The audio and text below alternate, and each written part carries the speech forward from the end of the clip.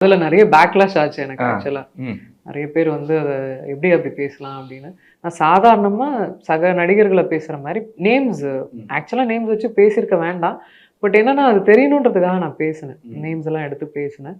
அது கொஞ்சம் என்ன எல்லாரும் பேக்லாஷ் பண்ணி பேசினாங்க. பட் உண்மையா தான் சொன்னேன் நானு. நான் உண்மைய சொன்னேன். அண்ட் என்ன மாரியான பாதிப்பு அப்ப இருந்தது அந்த ஸ்ட்ரைக்னால.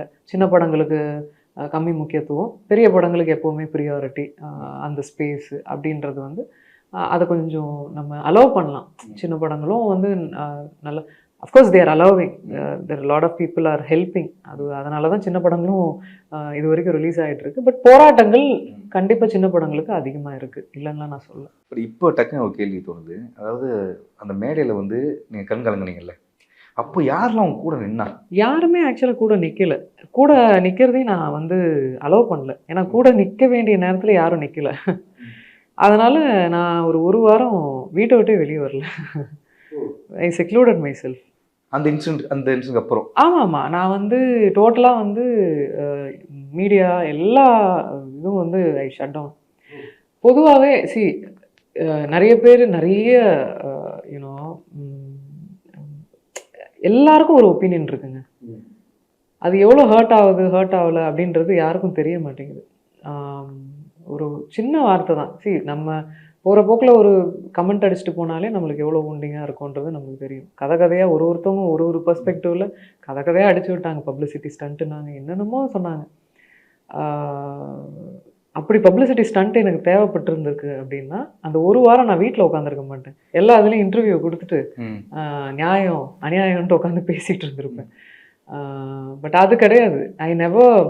எனக்கு அந்த மாரியான ஒரு பப்ளிசிட்டி என்னைக்குமே நான் யோசிச்சது கிடையாது.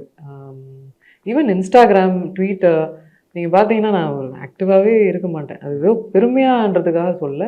என் மனசு என்னைக்குமே இடம் கொடுத்தது கிடையாது. அதுல ஒரு பொய்த்தன்மை இருக்கு எப்பவுமே. அந்த ஒரு அ என் மனசு ஒப்புக்க மாட்டேங்குது. When I post or when I இது வொர்க் இருக்கும்போது ஜென்ரலா ஒரு நல்ல மீடியம். அதே பாசிட்டிவா நம்ம பார்த்தோம்னா, நல்ல மீடியம்.